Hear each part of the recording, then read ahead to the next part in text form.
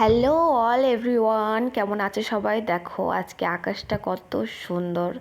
এখন বাজে ঘড়ির কাঁটায় 11টা।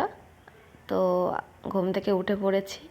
উঠে আজকে আমাদের গরিবের বিরিয়ানি রান্না হবে। তো দেখো আমি কেঁদে কেঁদে চোখ ভাসিয়ে দিচ্ছি। অ্যাকচুয়ালি কেন কাঁদছিলাম জানো? এই দেখো রিজন। এখানে পেঁয়াজ কাটা হচ্ছিল, আর পেঁয়াজ কাটলে আমার প্রচণ্ড পরিমাণে চোখ জ্বালা করে। তারপরে এগুলো রেডি করে নিয়েছি। তো দেখো কেমন হয়েছে। আর এখানে বিরিয়ানির মশলা রেডি করছিলাম, যেটা হাতে বানিয়ে রেডি করা হয়। এই মশলাটাও ভালো, বিরিয়ানি মশলাও কেনা হয়েছে। তো চলো ভিডিওটা কন্টিনিউ দেখতে থাকো। আশা করছি অনেক অনেক ভালো লাগবে তোমাদের। আর বিরিয়ানি খেতে কে কে পছন্দ করো অবশ্যই কমেন্ট করবে। আর আমার তো খুবই পছন্দ বিরিয়ানি, প্রত্যেক দিন হলে হয়তো ভালো হয়। তো চলো এখানে বিরিয়ানির মশলা, ঘি, আতর, ফ্লেভার এগুলো দেখাচ্ছিলাম।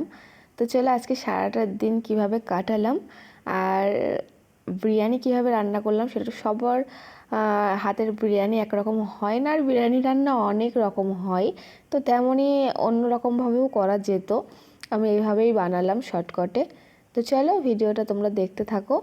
এখানে মাংসটা কষিয়ে নিয়েছি, আর বিরিয়ানির মাংস কষানোর পরে যা দারুণ লাগে না, অনেকে মাংস কষায় না, তবে আমার এইভাবে করতে ভালো লাগে। তো দেখো বিরিয়ানিটা গুছিয়ে নিচ্ছিলাম দমে দেবো বলে। কেমন হয়েছে তোমরা অবশ্যই আমাকে কমেন্ট করবে।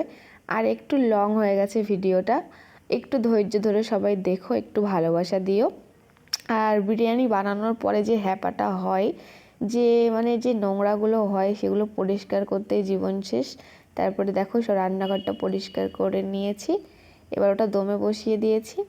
তারপরে এখানে স্যালাড করতে হবে, তার জন্য এখান থেকে শসা নিয়ে নিচ্ছিলাম আর টমেটো নিয়ে নিচ্ছিলাম।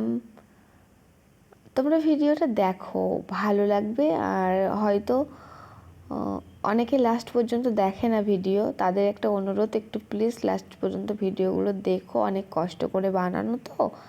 আর রান্না করার আগে করতে করতে যে ভিডিওগুলো হয় সত্যি খুব কষ্ট হয় বানাতে। তাহলে এখানে আমি স্যালাডটা রেডি করে নিই। ভালো থেকো, সুস্থ থেকো সবাই, অনেক অনেক ভালোবাসা দিও।